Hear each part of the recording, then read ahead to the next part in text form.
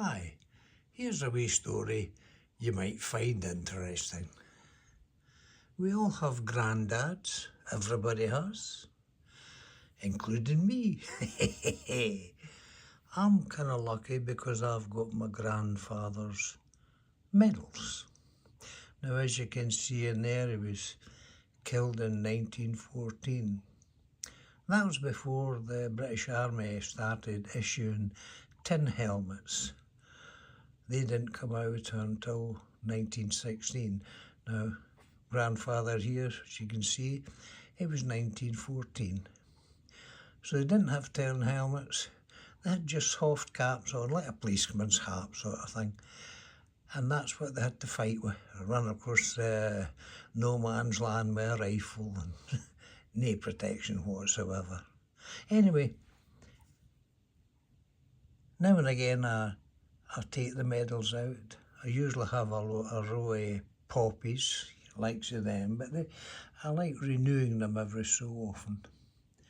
So I try and give them a good clean. I like seeing his name round about the edge of the medals.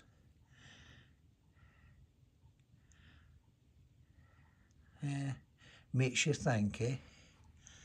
But a couple of occasions I went over to Belgium to try and find where he was.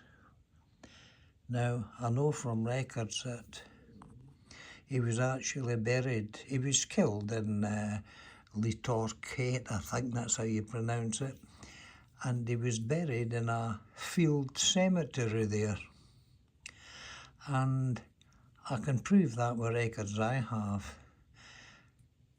But when we went over there, we went to the cemetery and they have a book as you go into these war cemeteries. I mean, it tells you everybody who's in it. My grandfather's name not in it.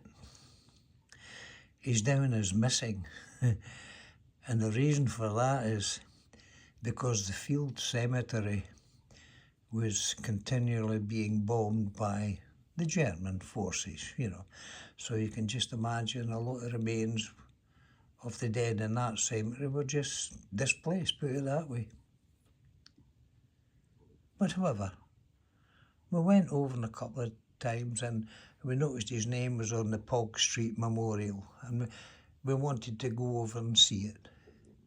But to give you an idea, we also went to the, what do you call it, the wool mill or the cotton mill, whatever you call it, in Ypres or Le Père, I think they call it now. And it shows you all these things, medals, books, you name it. But as you can see here, we found this on the battlefield. I don't know if you can read it up there or not, but there's French bullet, British bullets, that sort of thing.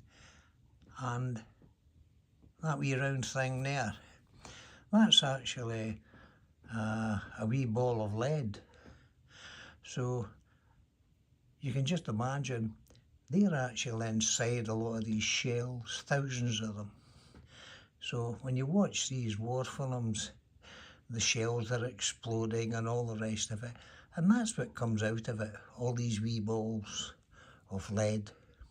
Mind you, you've got the sides and the bits of the shell that explodes as well, that's flying through the air. So you can just imagine that hitting you. This here gives you an idea. See these bullet heads here? This is the remains of them. Imagine that hitting you. Eh? You've got no chance, that going through your gut or whatever. You have no chance whatsoever. And that gives you an idea what goes flying through the air. But when we were over there, we stayed in a place called the Peace Village.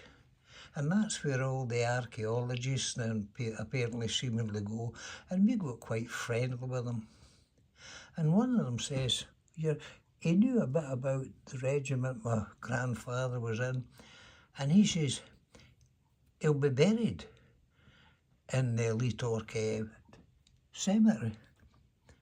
So that's what made us go there. But he says there's a book you should get, and it gives you a list of all the different regiments that were in Belgium in 1914, and there should be something in there regarding your grandfather's regiment, so it will give you an idea. And this is a book here, if anybody's interested in it. It's called The British Battalions in France and Belgium, 1914, and it's written by Ray Westlake. Now, my grandfather's in about the middle of it, along with his captain and so on. Now, when we went to see where my grandfather was supposed to have been buried in the cemetery, my grandfather's name wasn't there, but his captain was. And they were both buried on the same day. They were both killed on the same day. According to records, his captain was actually killed by a sniper. And it gives you all in the book. He was shot in the head, more or less, whereby my grandfather died the result of shelling. In other words, this sort of stuff. They were both taken to the field cemetery that they called it then, and they were both buried side by side. But as it happened, as I said earlier on, the German forces started bombing. These bombs, they go anywhere, you know. Half the cemetery or field cemetery was blown to bits. Anyway, there's another story regarding that, because there was a lot on the internet about my grandfather and all that sort of stuff. But it gives you a wee idea. Everybody's got a granddad. Everybody's lost someone in the war. And that's why we must never have any more wars. All this rubbish that is going on at the moment, millions of pounds they're paying on, they're buying missiles and all that. They're just for killing. That's all they're for. Dead against that. And this is what kills them.